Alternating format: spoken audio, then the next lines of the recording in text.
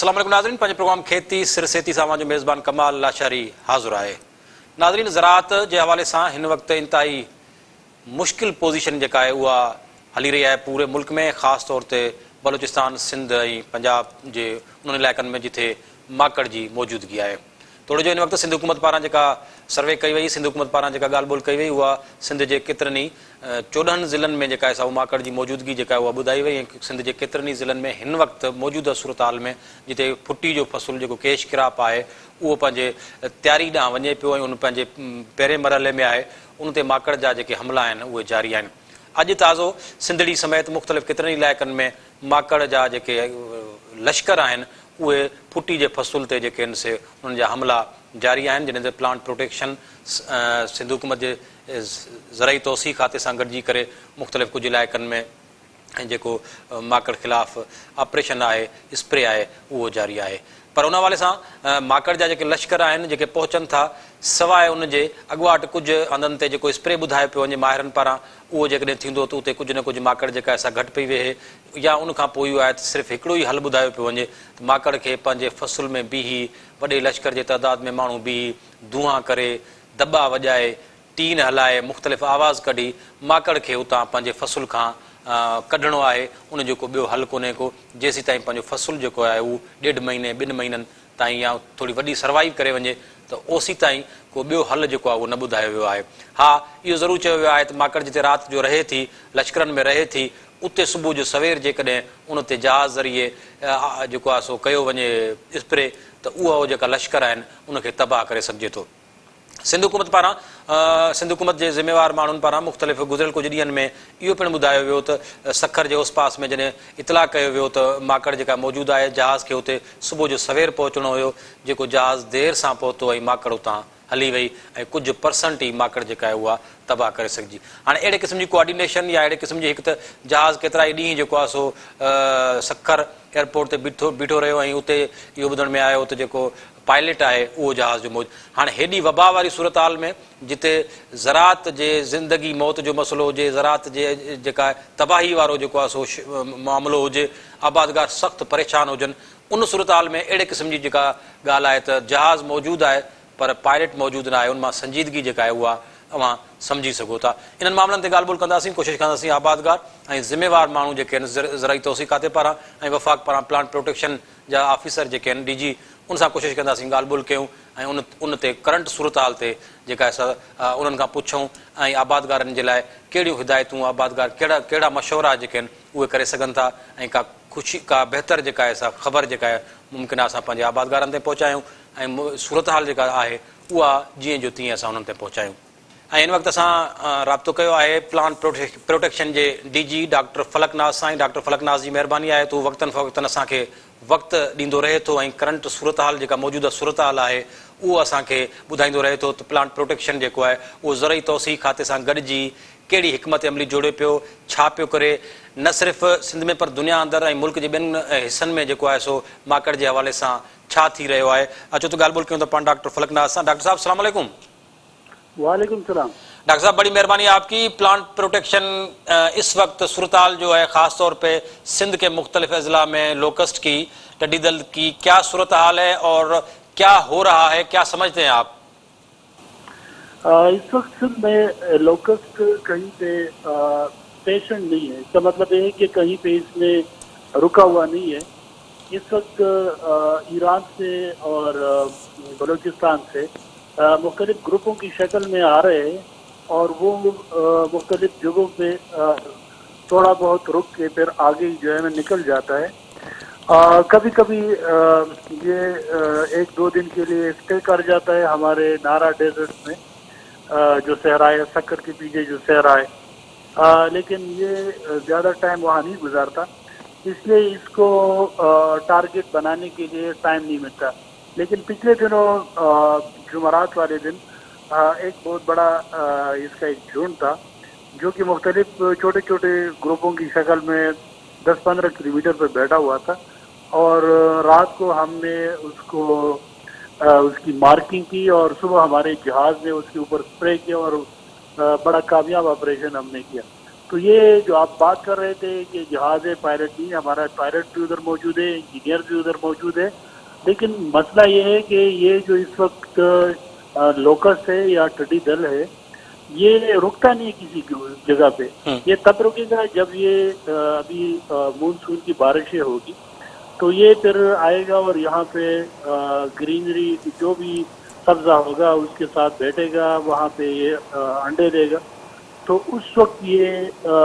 کہیں پہ یہ ٹھکے گا تو پھر آپ کے پاس ٹائم ہوتا ہے کہ آپ اس کے اوپر ایجنٹ اسپرے کر دیں یا گاڑی کے اوپر اسپرے کر دیں. صحیح. اچھا لیکن اس وقت جو صورتحال ہے سندھ کا، وہ کسی دن تو بالکل خاموشی ہوتی ہے، کسی جگہ سے ہمیں رپورٹ نہیں ہوتا،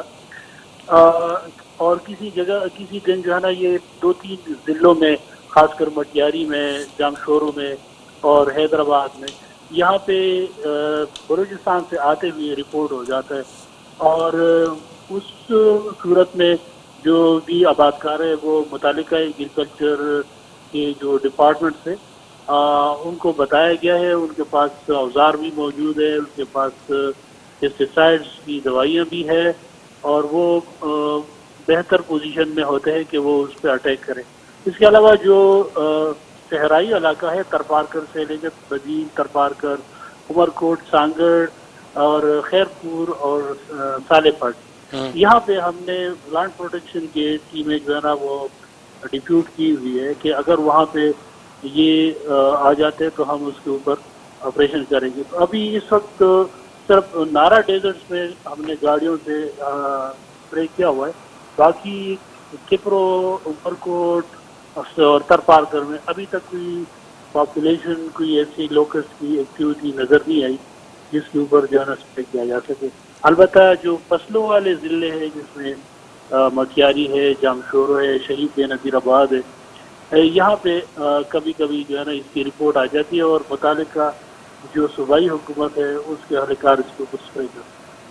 اچھا ڈاکٹر صاحب یہ بتانا کہ جیسے جہاز کا اسپرے کی بات ہو رہی ہے تو وہ تو وہاں اس ایریا میں ہو سکتا ہے جہاں ڈیزرٹ میں ٹھہرتی ہے لوکسٹ اور رات کو ٹھہرے پھر صبح کو اس کا آپریٹ ہو. اچھا جہاں فصلوں میں وہ آتی ہے تو وہ کچھ ہی منٹوں میں یا تھوڑے ٹائم میں فصلوں کا نقصان کرتی ہے، صفایا کرتی ہے، آگے چلی جاتی ہے. اس کنڈیشن میں ہمارے جو اپنے ہاری ہیں، ہمارے زمیندار ہیں، اس کنڈیشن میں وہ کیا کریں کہ اپنی فصل جو ہے وہ بچا سکیں، اور کتنا فصل جو ہے اس کو زیادہ نقصان ہو سکتا ہے، کب تک یہ کہ فصل بڑی ہو جائے گی تو کیا ان کو کچھ نہ کچھ فرق پڑے گا، یہ تھوڑا ذرا بتائیے گا ذرا. جس طرح میں نے بتایا کہ اگر آپ کی تھوڑی بہت آپ کی اپنے جو آپ کی فصل ہے تھوڑی سی جگہ پہ ہے تو پھر تو آپ کچھ کر سکتے ہیں زمیندار اپنے لیول پہ، کیونکہ زیادہ تر زمیندار ہمارے چھوٹے زمیندار ہیں، ان کے پاس اسپرے مشین بھی نہیں ہے. جو بڑی زمیندار ہیں ان کے پاس تو بڑے ٹریکٹر والے مشینیں ہیں اور اس کے اوپر جو ہے نا وہ خود بھی ایمرجنسی میں اسپرے کر سکے، کیونکہ جب آپ متعلقہ ایگریکلچر ڈپارٹمنٹ کو اطلاع کریں گے پھر وہ آئیں گے تو اس وقت تک جو ہے نا اس کا نقصان ہو چکا ہوگا. لیکن اگر آپ کے کچن گارڈننگ کے حوالے سے یا چھوٹی سی پلاٹس ہے تو اس کے اوپر آپ اگر آپ گھروں میں اپنا نیم کے پتوں کی جو ہے نا کوئی سولوشن بنا کر رکھا کرے تو وہ اس کے اوپر اس خدشے کی پیش نظر جو ہے نا وہ تھوڑا بہت اسپرے کرے، اس کا نقصان بھی فصلوں پہ نہیں ہوگا اور اس سے جو یہ کٹی در ہے یہ ادھر پہ بیٹھے گا بھی نہیں، اور اگر بیٹھے گا تو اس کو کھا نہیں سکیں گے اور آگے کی طرف جائیں. تو لیکن یہ چھوٹے پیمانے پہ ہو سکتا ہے، بڑے پیمانے پہ جو ہے نا نہیں ہو سکتا. اس کے لیے پھر وہی ان کی جو پرانے طریقے ہے کہ دھواں جلائے، کوئی ٹائر جلائے، کوئی گوبر جلائے، صحیح. اور اسی سے جو ہے نا یہ کٹی دل کو یہ بگا. اچھا ڈاکٹر صاحب پلانٹ پروٹیکشن کی کتنی ٹیمیں ہیں، کتنی گاڑیاں ہیں جو سپورٹ کر رہی ہیں ایگریکلچر ڈپارٹمنٹ کو سندھ کو؟ اور دوسرا یہ کہ پچھلے دنوں میڈیا پہ یہ باتیں چل رہی تھی کہ 5 دن سے سکھر ایئرپورٹ پہ جو جہاز ہے وہ کھڑا ہے لیکن پائلٹ کا مسئلہ ہے، وہ پائلٹ نہیں ہے اس لیے جہاز وہاں کھڑا ہے. دوسرا یہ تھا کہ ہمارے کسی ایک اور ڈاکٹر صاحب کسی ذمہ دار اپنا ایگریکلچر کے افسر سے بات ہوئی تھی, اس نے کہا کہ ہم نے کوارڈینیٹ کیا اور بتایا کہ فلاں ایریا میں ایک بڑا لشکر جو ہے لوکسٹ کا وہ موجود ہے, لیکن جہاز 2-3 گھنٹے لیٹ آیا, جس کی وجہ سے لیٹ ہونے کی وجہ سے وہ جو لوکسٹ تھی وہ وہاں سے چلی گئی اور 5-10% جو ہے اسپرے وہ ہو سکا. یہ ذرا کلیئر کیجیے گا کہ کتنے اپنے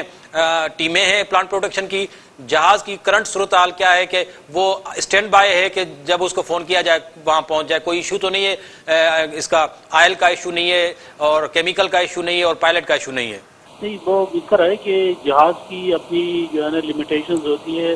100 گھنٹے کے بعد سول ایویشن سے آپ نے اس کو دوبارہ سے چیک کرانا پڑتا ہے. وہ ہم کراچی لے گئے اور وہاں سول ایویشن کی جو روٹین کی جو چیک اپ ہے وہ کریں گے, اور دوسرا جہاز ہم لے کر آگے ادھر سکر میں, اس کے ساتھ پائلٹ بھی موجود ہے, انجینئر کی ٹیم بھی موجود. لیکن اس کے لیے لوکس چھوٹی سی چیز ہے اور اس کے لیے اس جگہ کا کوآرڈینیٹ لینا بہت ضروری ہے, تاکہ پائلٹ کو ہم دیں اور وہ اس کے کوآرڈینیٹس کے اوپر جا کے اسپرے کریں, کیونکہ کوئی بڑا ٹارگیٹ نہیں ہوتا کہ وہ ویزیبل ہو اور دور سے نظر آئے. تو اس کے لیے پراپر جو ہے نا ارینجمنٹ کرنی پڑتی ہے. صحیح. اور دوسری بات آپ نے کہی کہ کتنے ٹیمیں کام کر رہی ہیں. اس وقت ہمارے 60 ٹیمیں جو ہے نا ڈیزرٹ میں ڈپلائی ہے, لیکن ہم آہستہ آہستہ جو ہے نا بلوچستان سے نکل رہے, اور ہم نے یہاں پہ میکسیمم جو ہے نا ٹیمیں جو ہے نا وہ ڈپلائی کرنی ہے. ہاں جی. اچھا ڈاکٹر صاحب یہ بتائیے گا کہ دنیا میں دوسرے ملکوں میں یا ایران سے جو ہمارے پاس آ رہی ہے یا دوسرے اور ملکوں میں جو لوکسٹ ہے, کیا صورتحال ہے, کتنے دن تک رہ سکتی ہے, اور وہاں سے جو آ رہی ہے تو ہم کنٹرول کیسے کریں گے, یہ ذرا بتائیے گا.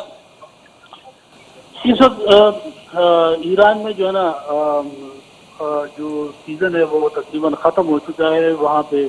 ڈرائینس آ گیا ہے, خشکی ہو گئی ہے. تو اب یہ آہستہ آہستہ جو ہے نا ہجرت کرنا شروع کر دی. اس کے لیے یہی ہے کہ ہم رستے میں جو ہمارے کلٹیویٹڈ ایریاز ہے, جو فصلوں والے علاقے ہیں, وہاں پہ ہمارے جو صوبائی محکمے کے لوگ ہیں اس کو تیار رہنا پڑے گا, ان کو اپنی ٹیموں کو ویجیلنٹ رکھنا پڑے گا. لیکن اگر ادھر سے ہم اس کو آسانی سے آگے کی طرف پاس کر دیتے تو یہ سیدھا ہمارے ڈیزرٹ میں جائے گا, اور ڈیزرٹ میں بھی ہم اس کے اوپر پھر ایکشن کر سکیں گے. تو یہ ایک ہفتہ جو ہے نا اس کا ہفتہ 10 دن رہے گا. اس کے بعد جولائی کی شروع میں پھر افریقہ سے امید ہے کہ ہمارے طرف افریقہ والا جو لوکس ہے وہ آئے گا, لیکن وہ بھی اس وقت حالات, ہواؤں کی جو ڈائریکشن ہے اس پہ ڈیپینڈ کرے. بڑی مہربانی ڈاکٹر صاحب آپ کی, اور آپ نے ٹائم دیا اور کرنٹ سچویشن جو ہے وہ بتائی. جی ڈاکٹر صاحب چئے پہ تو असां ॿियो जहाज़ जेको आहे हिकिड़ो घुराए वरितो आहे, रूटीन जो चेकअप जहाज़ जो थींदो आहे, पायलट जो कोई इशू कोन्हे, दवा ऐं फ्यूल जो कोई इशू कोन्हे, कोई मुख़्तलिफ़ टीमूं प्लांट प्रोटेक्शन जूं जेके आहिनि उहे सिंध जे ज़राअत खाते सां कोऑर्डिनेशन में आहिनि. ऐं ईरान खां हिन वक़्तु जेको ईरान में आहे माकड़ उहा उते ख़तमु थी चुकी आहे. हा, पर कुझु जेके लश्कर आहिनि, कुझु जेके स्वाम्स आहिनि उहे उतां अची सघनि था बलोचिस्तान खां, ऐं उन बलोचिस्तान जे रस्ते वरी सिंध पहुची सघनि था, जिते सिंध हुकूमत खे ऐं आबादगारनि खे अलर्ट रहणु खपे. ऐं उते जेको आहे सो उहे पंहिंजी कोशिशि कनि त जीअं हू माकड़ खे वरी ईअं ई अॻिते मोकिले सघनि त जीअं पंहिंजो फसलुनि जो बचाव करे सघनि. कोशिशि कंदासीं. ब्रेक जो वक़्तु थियो आहे, ब्रेक खां मोटी अची आबादगार अॻवान सां ॻाल्हि ॿोल करण जी, करंट सूरताल जेका आहे उहा छा आहे उन सां कोशिशि कंदासीं. सिंध हुकूमत जे कंहिं ज़िम्मेवार ऑफिसर सां ॻाल्हि ॿोल कजे त हिन वक़्तु सिंध हुकूमत माकड़ जे ख़ात्मे जे लाइ छा करे रही आहे. वठूं था नंढड़ी ब्रेक.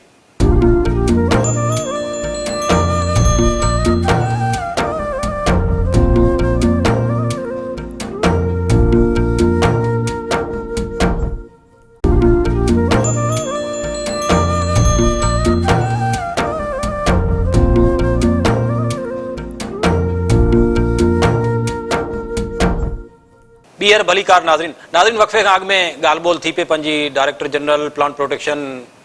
डॉक्टर फलकनाज़ साहब सां. डॉक्टर फलकनाज़ चयो त जहाज़ जे हवाले सां, पायलट जे हवाले सां को इशू कोन्हे को, ऐं मुख़्तलिफ़ कोऑर्डिनेशन जेका आहे उहा, ऐं प्लांट प्रोटेक्शन जा जेके आहिनि स्टाफ जेको आहे उहो मौजूदु आहे. हिन वक़्तु असां सां टेलीफोन लाइन ते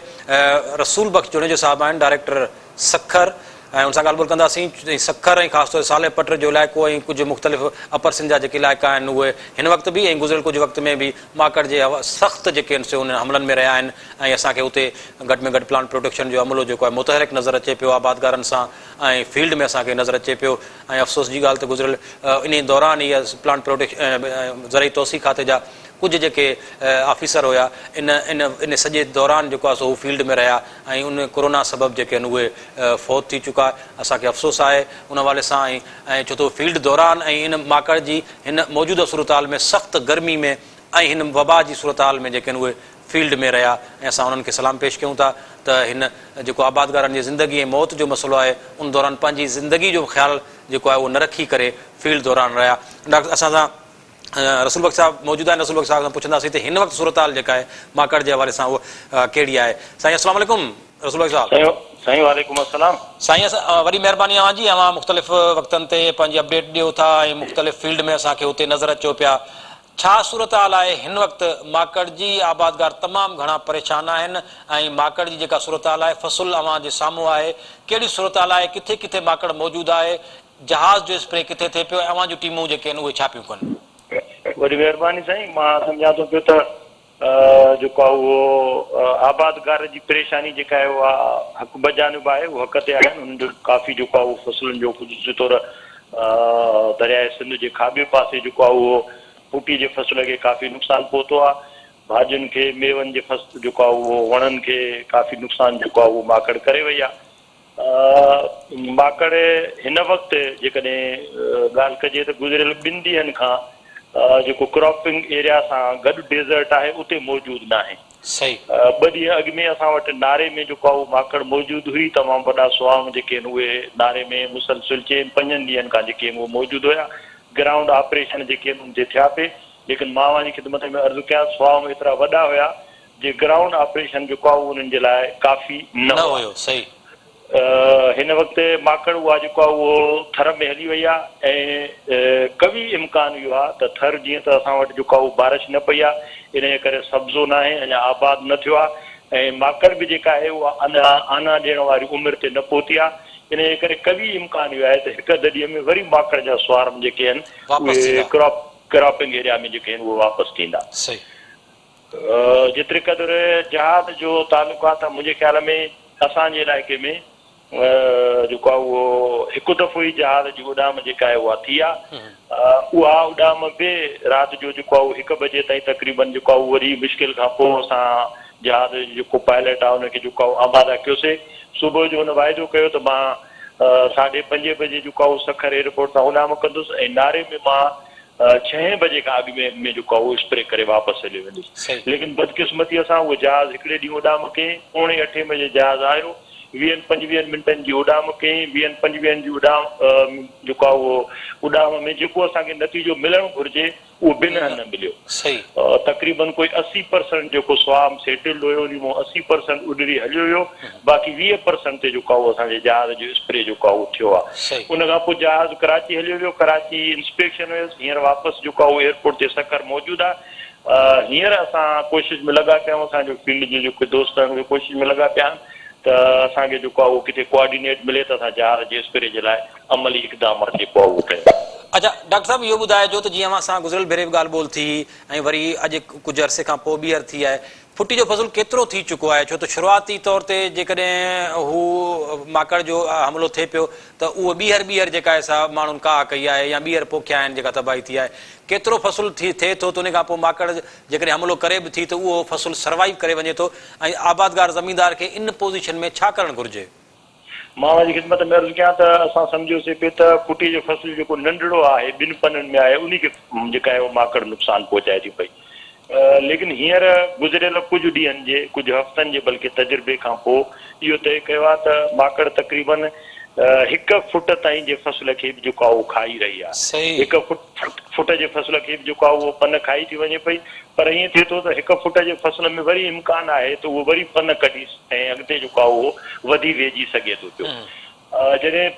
2 पननि जो फसल आहे त उन में जॾहिं 2 पन खाई थी वञे त पोइ हुनजी काठी डांडी जेका आहे उहा बचे थी पई उन में वरी फुटण जो इम्कान जेको आहे उहो कोन्हे को असां सम्झूं था पिया त सखर ऐं घोटकीअ में असां वटि खैरपुर में अक्सर असांजो फ़सुलु जेको आहे उहो वॾो आहे ऐं सखर ऐं घोटकीअ में असांजी जेका फुटीअ जी पोखी शुरू थी आहे उहो 15 मई खां पोइ थी आहे। अक्सर पहिरियों जेको आहे उहो हिन साल ॿिजनि जे जेको आहे उहो घटिताई जे करे या ॿिज जी जर्मिनेशन जेको आहे उहो हली न हुजण जे करे अॻे ई जेको आहे उहो फुटी न ॼाई, माण्हुनि ॿ दफ़ा फुटी जेको आहे उहो लॻाई, वरी मथां माकड़ खाई वई। इन करे हींअर त केतिरा ई इलाइक़ा आहिनि जंहिंजा माण्हू परेशान आहिनि जो हुते जेको आहे उहो ॿिज मौजूदु न आहे ऐं वरी पोखी नथा करे सघनि पिया। इन करे हिन महिल ताईं असां वटि मां इहो चई सघां थो पियो त घोटकी ऐं सखर जा जेके आहिनि कुझु इलाइक़ा अहिड़ा आहिनि जिते कप जेका आहे फुटीअ जो फ़सुलु जेको आहे उहो इंतिहाई घणे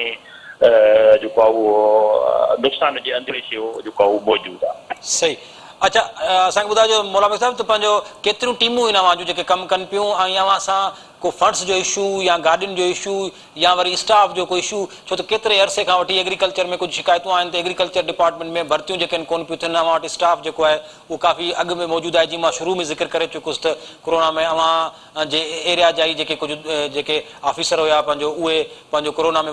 वठिजी विया ऐं उहे पंहिंजे इन दौरान ई जेको आहे सो फौत थी चुका आहिनि। त अव्हां वटि स्टाफ केतिरो आहे ऐं इन वबा खे नज़र में रखी करे कहिड़ा एहतियाती तदबीर जेके आहिनि उहे तव्हां कयो पिया ऐं जीअं त हिकिड़ी SOP तहत जेको आहे 60 सालनि खां वधीक जो जेको माण्हू आहे उहो न वञी सघे, इन्हनि सभिनी शयुनि खे ॾिसी करे कीअं पिया अव्हां फील्ड में इहो कमकार करे सघो? मां वारी ख़िदमत में अर्ज़ु कयां त 60 साल खां पहिरियों त जेको आहे उहो असां वटि सरकारी अमलदार जेको आहे उहो रिटायर थी थो वञे पियो। बदकिस्मती असां हिन वक़्तु असां वटि जेको स्टाफ मौजूदु आहे उहो तक़रीबन जेको आहे उनजी उमिरि 50 साल खां जेको आहे उहो मथे आहे। इन करे कोरोना जे लाइ जेको आहे उहो वाक़ई हक़ीक़त आहे त कोरोना जो ख़तरो जेको आहे उहो 50 साल खां वधीक उमिरि वारे माण्हुनि जे लाइ जेको आहे उहो वधीक आहे। असां वटि बि जेको अक्सर स्टाफ आहे उनजी उमिरि कोई 54-55 साल जी लॻभॻि जेको आहे उहो थींदी। असां वटि जेको आहे उहो एग्रीकल्चर एक्सटेंशन में एग्रीकल्चर ऑफिसर्स जी जेका कमीशन आहे उहा तक़रीबन कोई 96 या 98 में थी आहे। उन खां पोइ काई कमीशन ऐं अपॉइंटमेंट जेका आहे उहा न थी आहे। साॻी तरह पीपुल्स पार्टी जे पोएं दौर में असां वटि कोई 40 जे लॻभॻि फील्ड असिस्टेंट भर्ती थिया, उन खां पोइ फील्ड असिस्टेंट जी भर्ती बि जेका आहे उहा न थी आहे। इन जे करे यकीनी तौर स्टाफ जी कमी त असां वटि जेको आहे उहो आहे, पर उन जे बावजूदि जेको आहे उहो असां कोशिशि कई आहे त सॼी सिंध में तक़रीबन कोई 88 जे लॻभॻि टीमूं असां जोड़े जंहिंमें मुख़्तलिफ़ ॿियनि खातनि जा माण्हू बि जेके आहिनि उहे असां सां गॾु आहिनि, असां जेको आहे उहो कमु करे रहिया आहियूं। मां सम्झां थो त जेकॾहिं असां वटि स्टाफ पूरो हुजे त जेकर असां हफ़्ते में जेको आहे उहो को अहिड़ो तरीक़ेकार ठाहियूं जे 2-4 ॾींहं हिकिड़ी टीम खे जेको आहे उहो ड्यूटी करायूं, 2-4 ॾींहं उन जॻह ते वरी उनखे साई ॾेई ॿियनि माण्हुनि खे मुक़ररु कयूं। इन जे करे मां सम्झां थो पियो त स्टाफ जी कमी जेका आहे उहा आहे असां वटि मौजूदु आहे। सही, वरी महिरबानी। नाज़रीन, अवां ॻाल्हि ॿोल ॿुधी director agriculture upper Sindh Sukkur जे मौला बख्श जुणिजो साहिब जी, जंहिंजो चवणु हुयो त यकीनन असां सां स्टाफ जो जेको कमी आहे,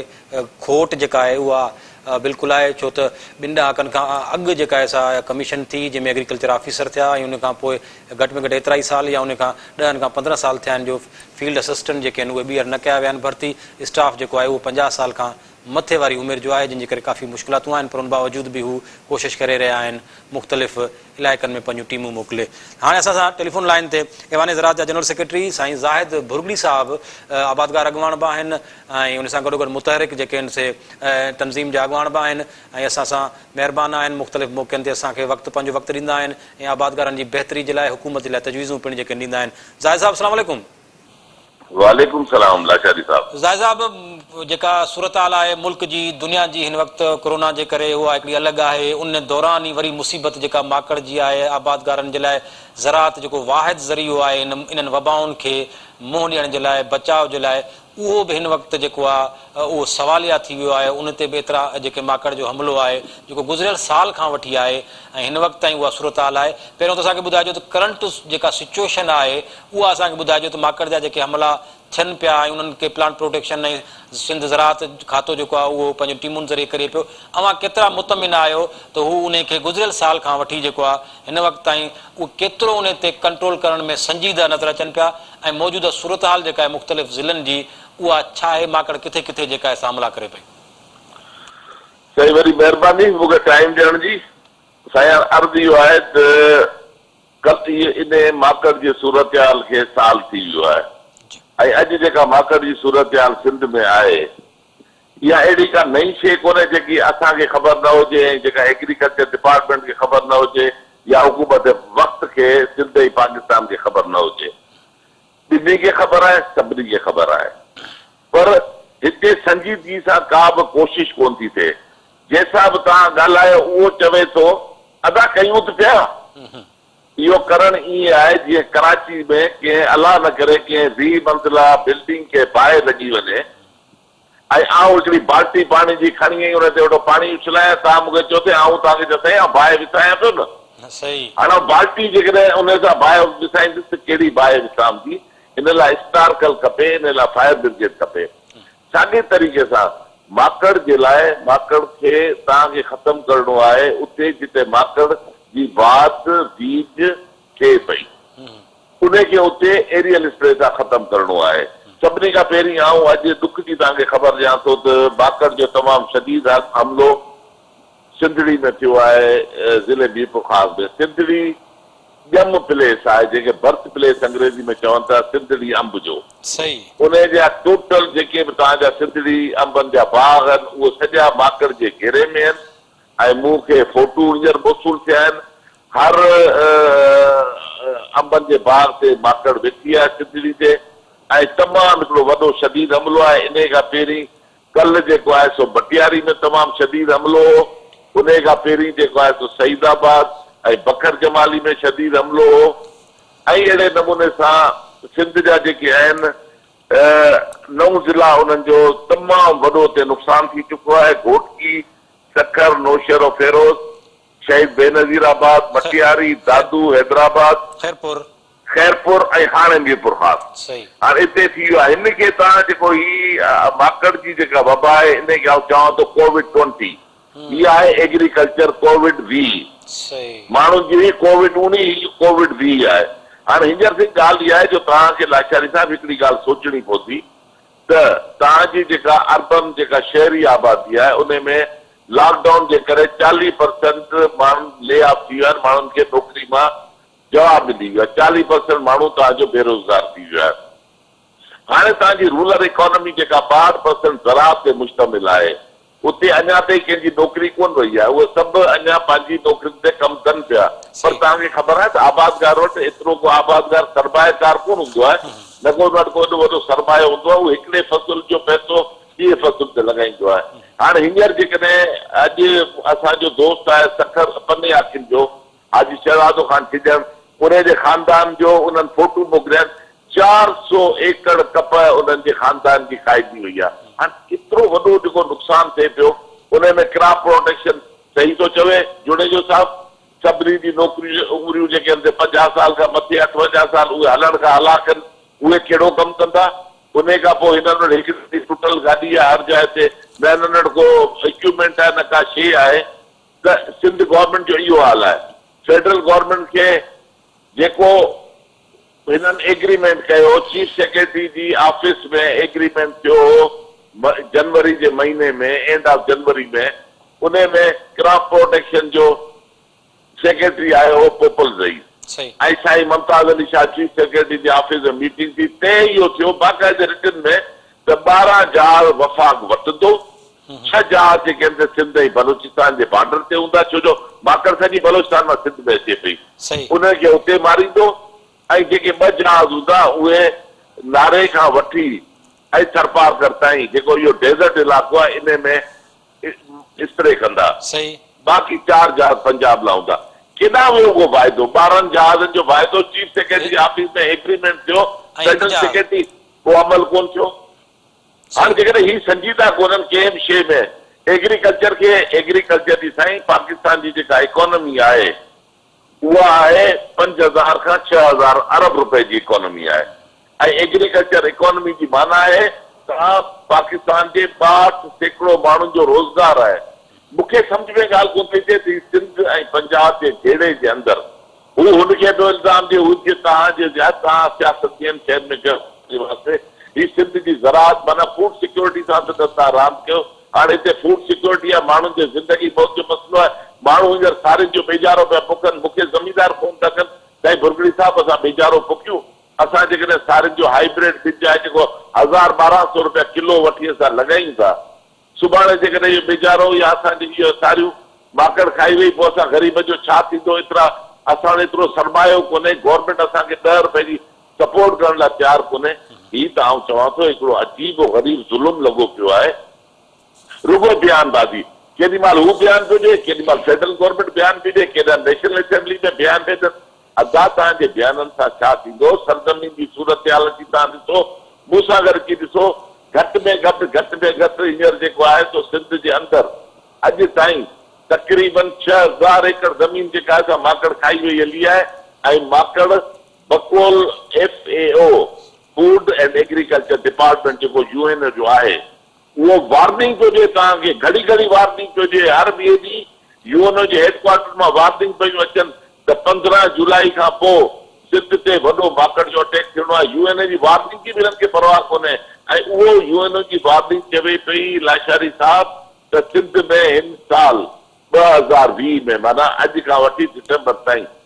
$7 बिलियन $7 अरब जो एग्रीकल्चर जो माकड़ नुक़सान कंदी हाणे मुंहिंजा फिगर कोन्हनि न कोई ऐवान ज़राअत जा फिगर आहिनि ही UNO जी एजेंसी आहे फूड एंड एग्रीकल्चर डिपार्टमेंट उहा वेही वाशिंगटन मां न्यूयॉर्क मां इहे फिगर ॾिए पई जिन्हनि जो सैटेलाइट जो निज़ाम आहे मथां सैटेलाइट में हर शइ खे ॾिसनि पिया हिते संजीदगी जो आलम छा आहे हिते 55 साल जा पोड़ा वेठा आहिनि उहे चवनि था असां हली कोन था सघूं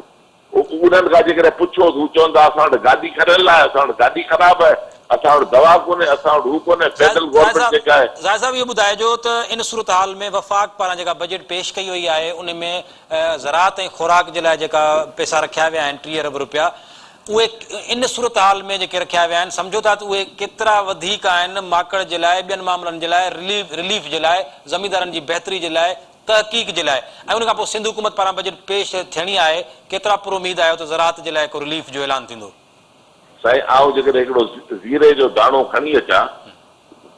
ऐं अची उठ जे वात में विझां ऐं कुंड में ख़ुशि थी वेही रहां तीअं ज़ीरे जो दाणो मूं उठ जे वात में विधो आहे उठ जो पेट भरिजी वेंदो हलियो ऐं आउं माटड़ी करे 2 विहाणा रखी सुम्ही रहां इहा साॻी इहा ई सूरत हाल आहे वफ़ाक़ी गवर्नमेंट 10 अरब रुपया रखिया आहिनि माकड़ लाइ रखिया आहिनि 12 अरब रखिया आहिनि एग्रीकल्चर लाइ हाणे इहो ईअं आहे जे उठ खे हिन ज़ीरो जे वात में विझूं ठीकु आहे असां मञूं था 18 अमेंडमेंट खां पोइ जेको आहे सो सिंध गवर्नमेंट जो सब्जेक्ट आहे इन करे आबादगार जेको ढल ॾिए थो